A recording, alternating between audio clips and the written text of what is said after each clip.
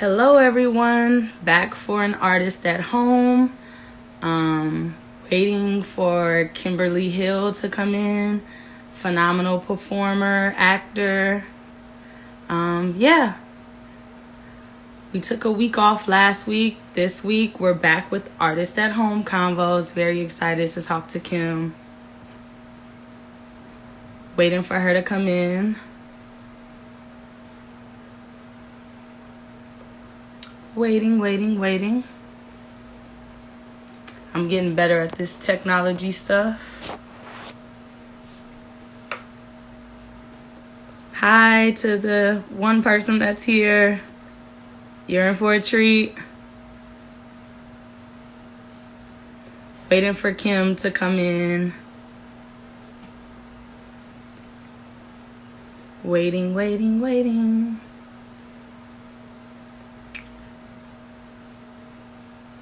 If you all don't know, I'm Dorian Brown. I see Kim. I'm going to add you in just a second, Kim. But I'm Dorian Brown, and I'm the Development and Communications Manager here at A-Step. And let's connect. Where are we at? Take care.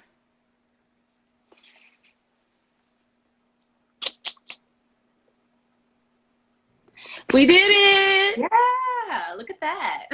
Yes, your first live. You popping your live, I Cherry. I know. I feel kind of like a dork for not doing it because everyone was doing it at one point at the beginning of this all. Yeah.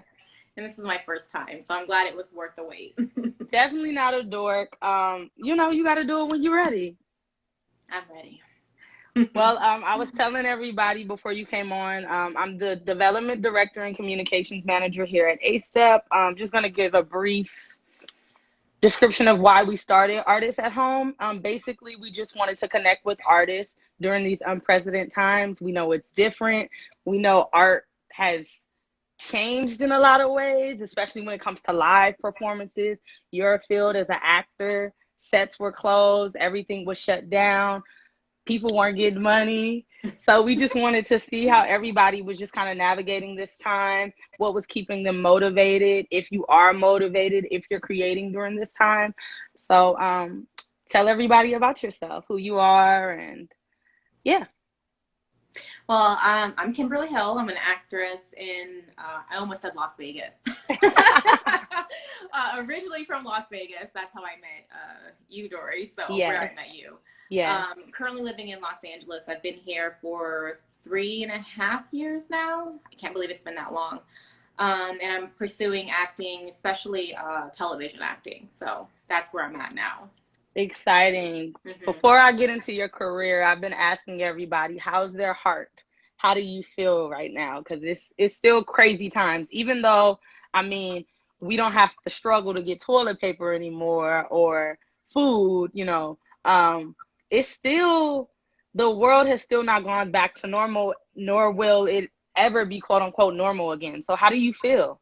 How's your heart? I feel like so conflicted because even though I'm good and I'm able to take care of myself and I have a great partner who supports me and we support each other and we're here for each other, my heart just breaks for those who are less fortunate. Mm-hmm. So I it's crazy because I do feel great as far as me and myself, but when I think about the world, when I think about everyone else, it kind of tugs at my heartstring. And it kind of disappoints me in humanity. I get kind of disappointed in humanity, and I get kind of frustrated with the lack of concern for other people that I see all too often, especially with the government and everything.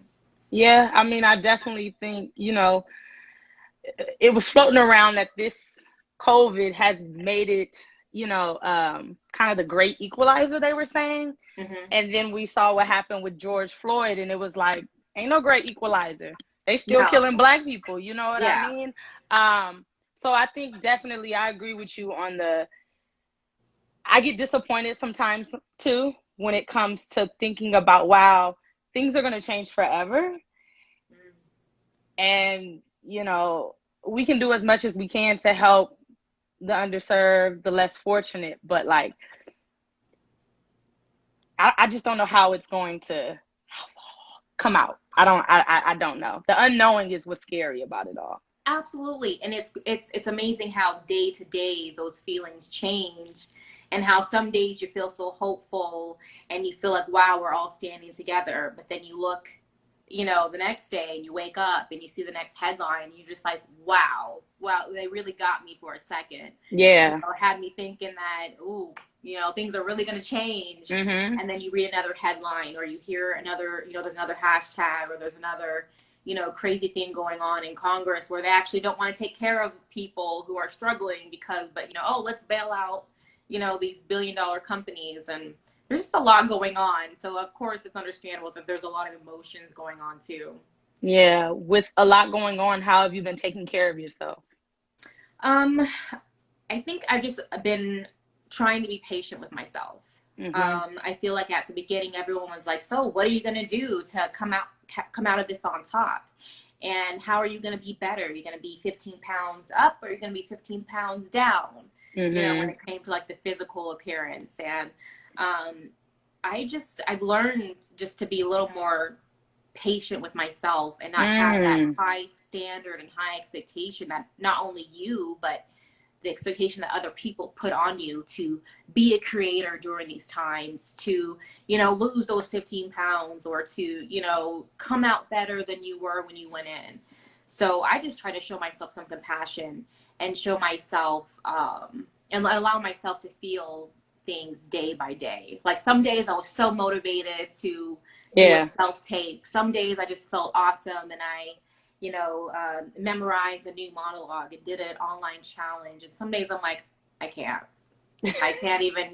do any of it. I'm going to stay in bed. I'm going to watch The Office. That's all I got today.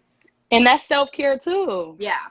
You don't have to always be busy or necessarily working on your craft. I know that you're somebody that's very dedicated to the craft of acting, and you're very on it. I know that about you. But I think this time has revealed to a lot of people in every industry that like the world can stop. You know what I mean? Like this shit can all stop and end. And honestly, our health is the most important thing right now. Our lives are the most important thing right now. Not that job, food, absolutely. But even then, we were at a point to where like we didn't even know if we were going to be able to get food at the grocery store because things were so out of hand and everybody was panicked. And I know, like you said, you have to be patient with yourself. And I had to tell myself a lot of times, like, Dorian, it's okay. If it's nothing there, you have food at home. Or when you go to the store the next time, there'll be stuff there. Like, every day is like this. Yes. The ebbs and flow of these past few months. And I can't believe it's been a few months already. Yeah. 6 months. I'm in New York. I haven't been on the train, Kim, since March 12th. That's amazing, because that's your like lifeline, right? That's yes. the heart of the city. Yes. Yeah. I mean, it really is amazing how, I never thought that the world would stop like this ever. You read about it in history books and you read about, the past pandemics and, we think, oh yeah, this is 2020, that could never possibly happen. And then here we are. And like you said, we're like scrambling for food, and there was so much anxiety going into the grocery store that you've never had before.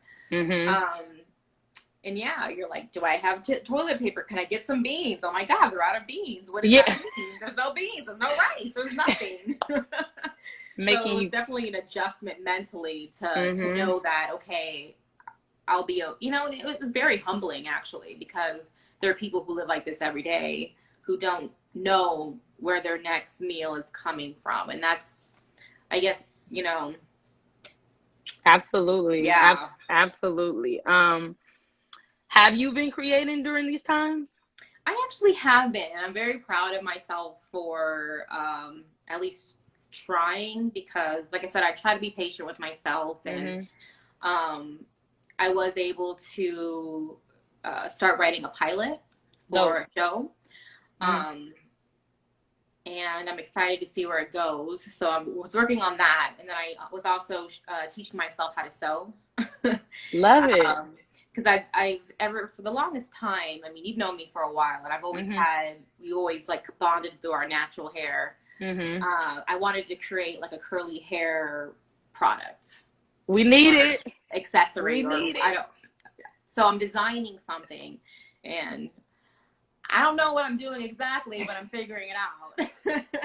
And, you know, it is creating, you know, sewing is creating, and, you know, you're like planning things and learning things. And that's definitely kept me busy and kept my mind occupied at times. So hopefully I can share it with you guys soon. I don't know what I'm doing again, but it's been fun to like go through different types of different prototypes, I guess is what you call it. I love it. I love it. New hobbies in the house. I think it's important right now because, I mean, it's still not safe to go outside, excuse me, from all the information that we're hearing. And I've been, you know, seeing a lot of people take up new hobbies that's outside of like what they do for work, or even like a passion that they might have been working on. A lot of people have been acquiring new hobbies, and I think that's important and a way to be creative. Yeah, I mean, I think this has all taught us how to think outside the box, and it's really shown us, you know, what is essential. I hate that word, especially, you know, these days. I mean, but it really shows us what we can do without, and if we can't have this, what can we work on? You know, I think that's really amazing. Especially if you're like used to being outdoors, or if you're used to always, you know, going to the gym. How can you be more creative with your fitness? How can you, you're used to, I don't know, going to yoga classes, or, you know, whatever hobby, going out to eat. How can I be more creative with it? So definitely forced us to do things we never would have done before had we not been in a pandemic, you know? You know, it's funny you bring up fitness, because I think that was so many people's concern, to the point to where like people were protesting like, I don't want to wear a mask because the gyms are closed. That doesn't even make sense, but whatever. Like, people were really pressed on being able to get back to the gym and into their quote unquote normal fitness routines. And it's like, there's so much you can do at home.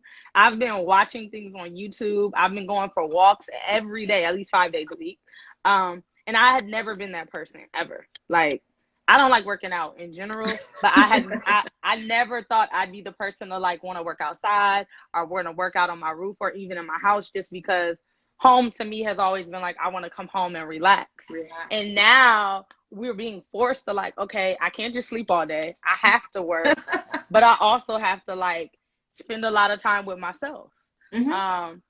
And I think it's even forcing people that aren't necessarily creative to be creative, because you got to figure this shit out right now. Like, or you gonna sleep all day, or you gonna go crazy.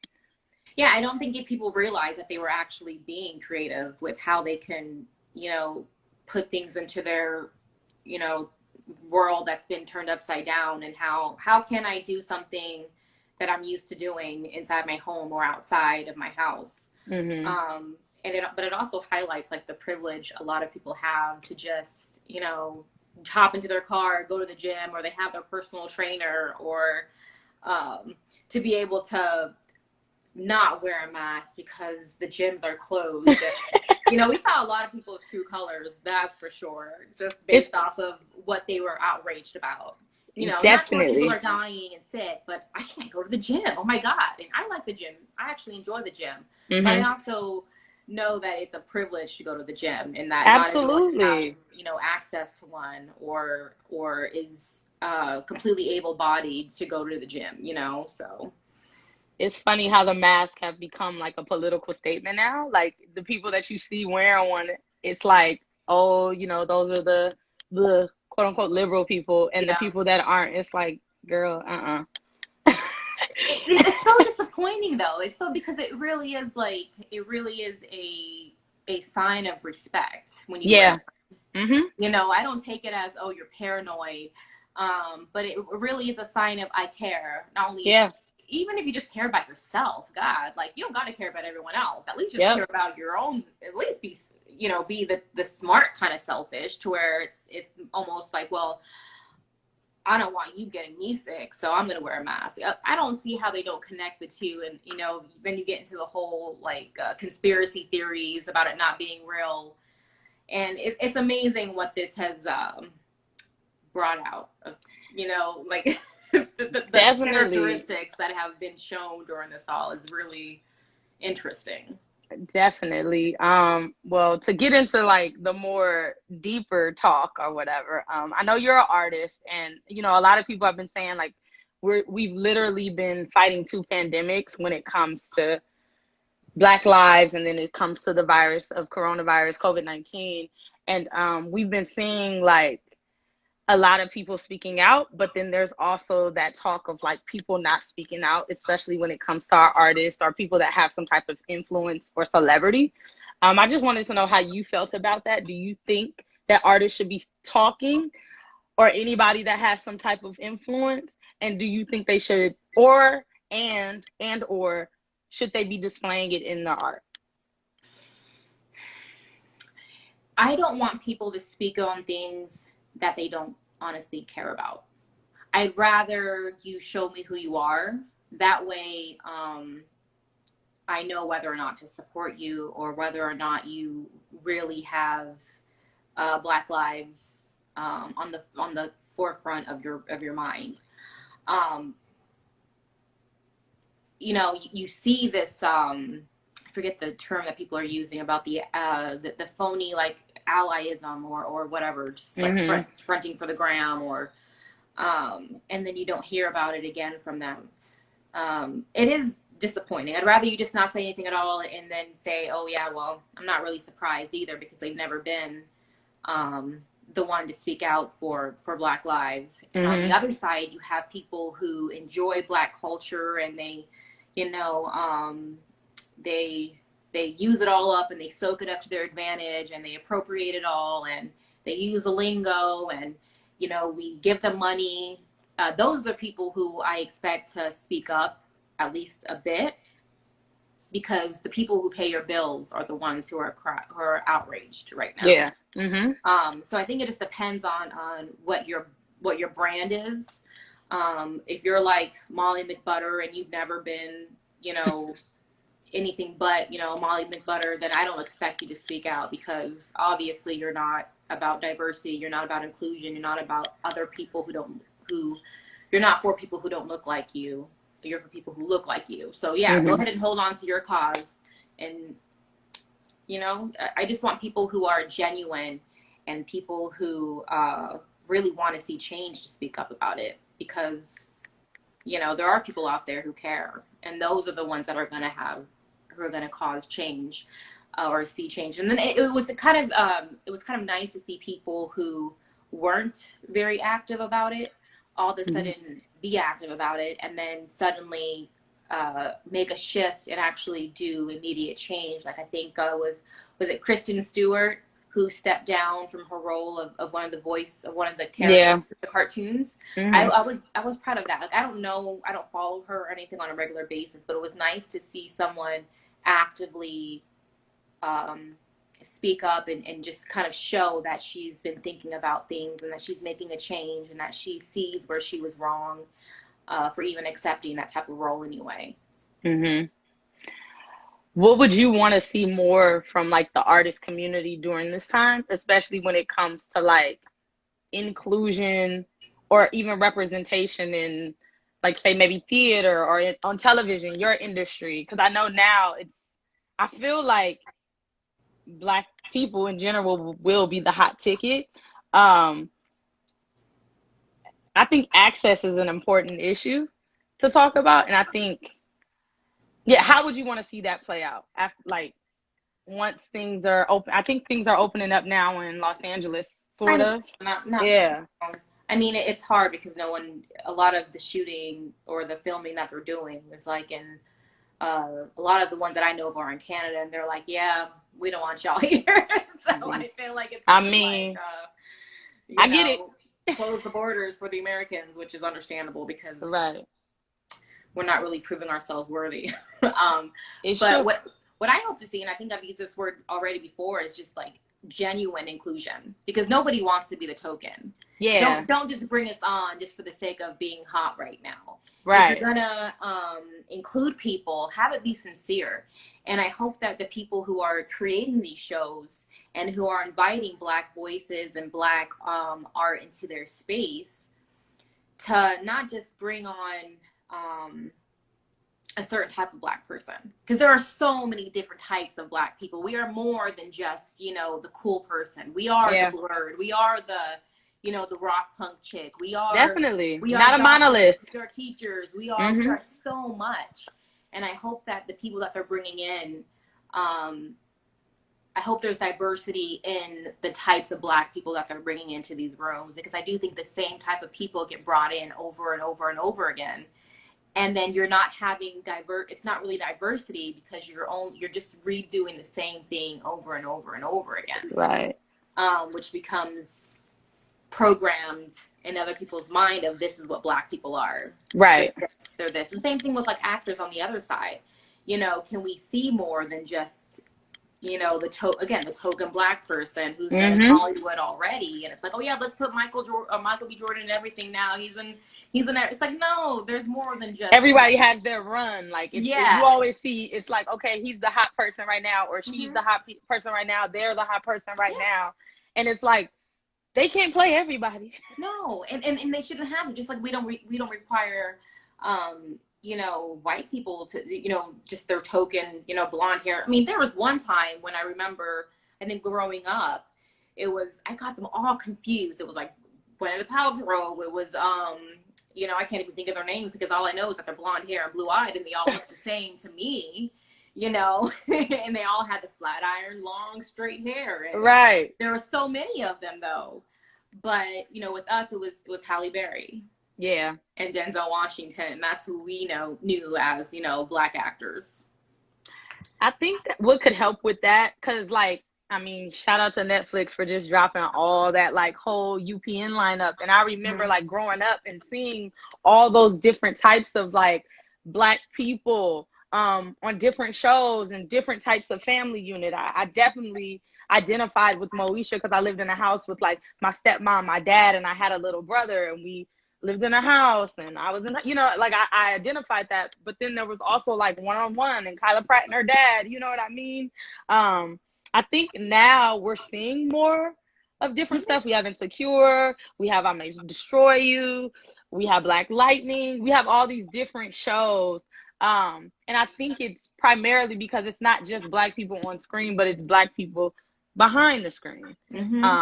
And you know, they're being granted access to create shows. It's not just, oh, we'll put you in front of the camera, but, like, we have an opportunity to present, like, okay, trust me on this. I know the Black experience. Let me create this world for you. Or not even the Black experience, right? I know this world. This is my vision. Yeah. Let me create that. So I think that's really cool. And I think if we continue to do that, like, somebody picks up your pilot, that would be great. I don't know if you're writing about Black people, but I'm just saying, like, they're giving a Black woman an opportunity to sell her vision, to create this world. I think we need more of that. Yeah. For it to really be inclusive. Yeah. And I think that's amazing that you mentioned, like, you know, to show, like, each person's world. The problem with television and what was mainly, like, white television is that these writers their world is mainly white. So when your world is mainly white, you don't see, you know, Black doctors, you don't see Black lawyers, you may not even see white criminals, because all you see are Black criminals, because that's the world that has been painted for you. Right. That's what you end up writing about. Writers write about their experiences. So I think it's helpful to help people, or to have people who are writing the stories be people who see the world for what it truly is. Yeah. You know, to see the diversity in like, legitimately in the world. Like, why does that part have to be, you know, for a white person? Why can't it be a Black person? Why can't it just be a person who is a doctor who just so happens to be Black? You know, there doesn't have to be this whole reason of why he's Black.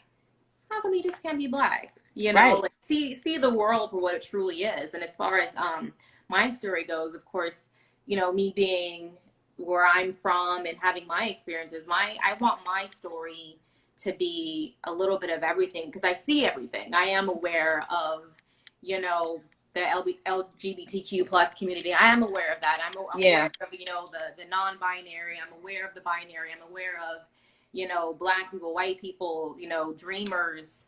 And that's the story that I want to tell. Like, you know, I also wanted to focus my story around, you know, capitalism in itself and corporations, Wow.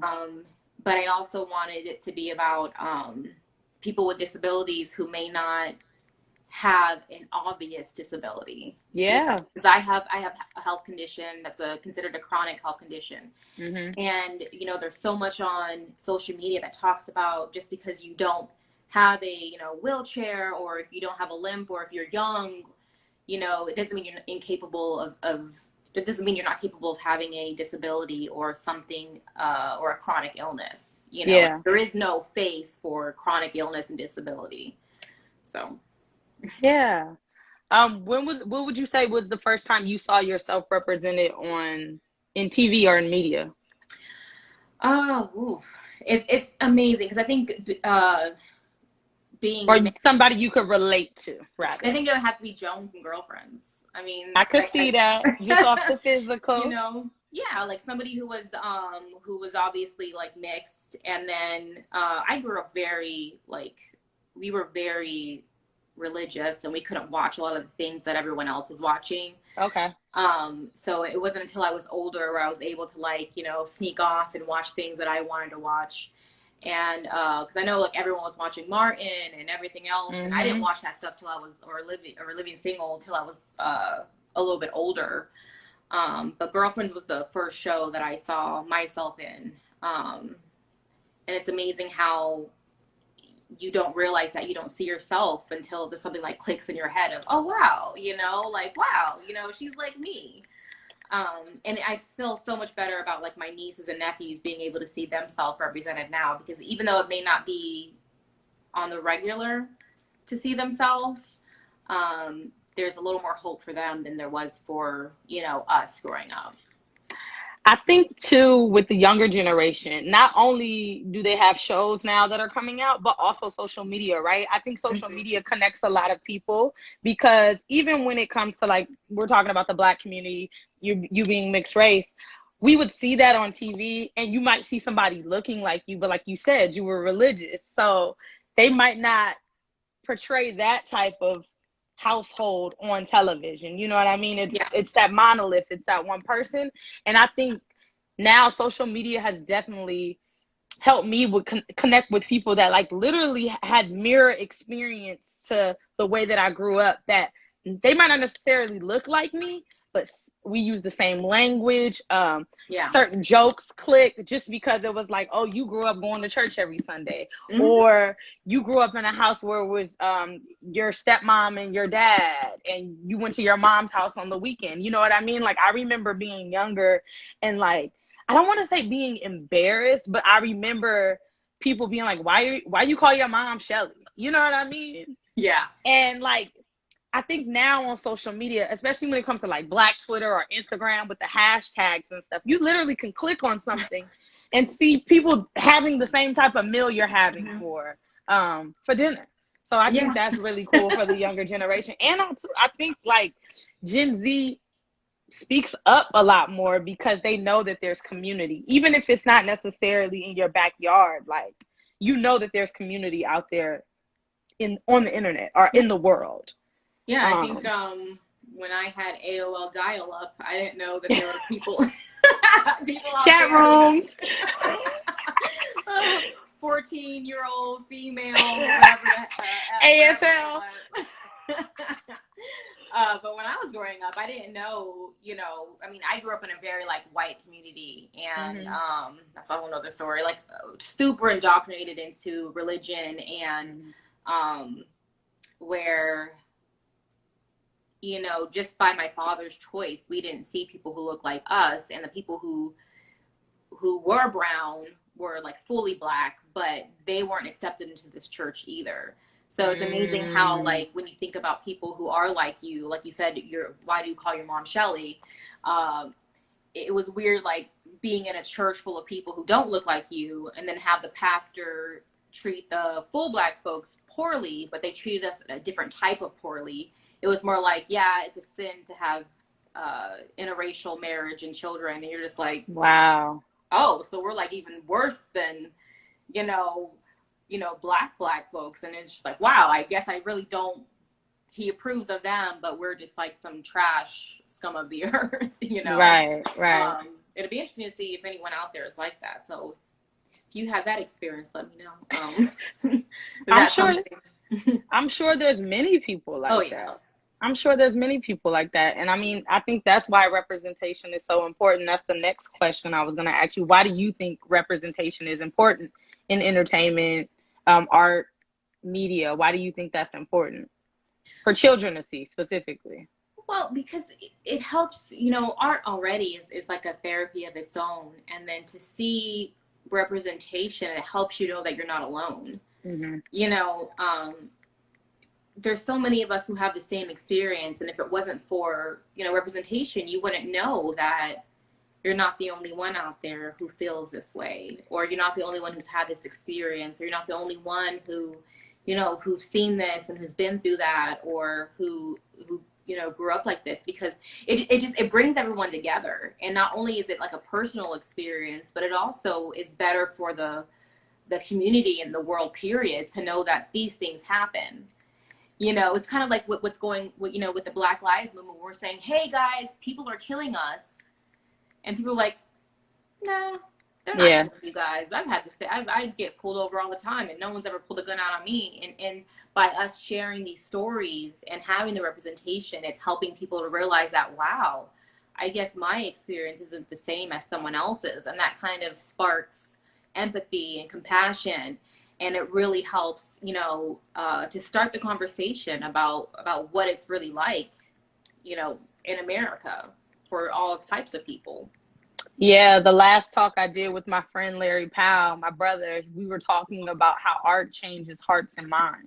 Mm-hmm. And like, even if it's something that you can't connect to, right? Like, I mean, I could watch, I don't know, let me think of something that it's not my experience, but like Gigante on Netflix. It was about a Latinx family and gentrification coming to their community and like just turning everything to shit or whatever. But like I had empathy for him and I cried and I was sad and couldn't relate to anything. Yeah. Needed subtitles, you know what I mean? But it still touched me and it was still like, oh cool, I want to learn more about this too. I think art also sparks something in you wanting to learn more about other people, you know what I mean? Because you might think you know because you have a class with them or you work with this person and you feel like you live in a diverse community, but until you actually dig in and see that story, you don't know what you don't know.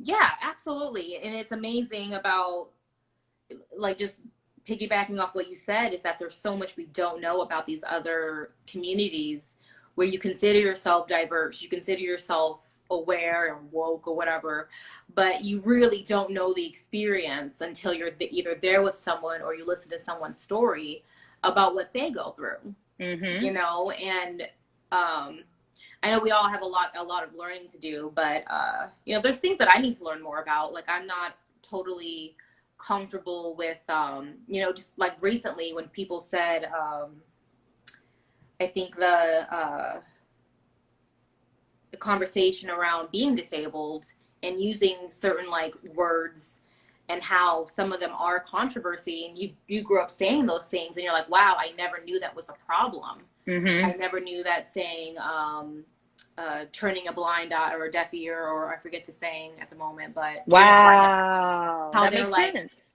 yeah, right. And you're just like, wow, I've always said that. Or, you know, you know, when it comes to hard of hearing, the hard of hearing community, there's so much that we don't know, and it would be nice to kind of learn more about that, just for my own knowledge, and so that I can show a little more empathy and compassion towards that community too. And I've also tried to stop saying crazy, like, oh my God, that's so crazy, because someone had said and pointed out that it's insensitive to, you know, mental illness and people who suffer from that. And that kind of like got me too, like, wait, what? I didn't mean that. And then you find yourself doing what other people do when it comes to pointing out like racism and microaggressions. And you're like, wait, no, I didn't know, but I'll try to do better, you know? You're definitely helping me because that is something that I say all the time, and I I know think it's hard, right? it's so hard, but this is why representation is important, right? Because I grew up with not my stepmother, but my mom, she too has a disability that you wouldn't, like when I was growing up, you couldn't see. Like it's not a physical disability.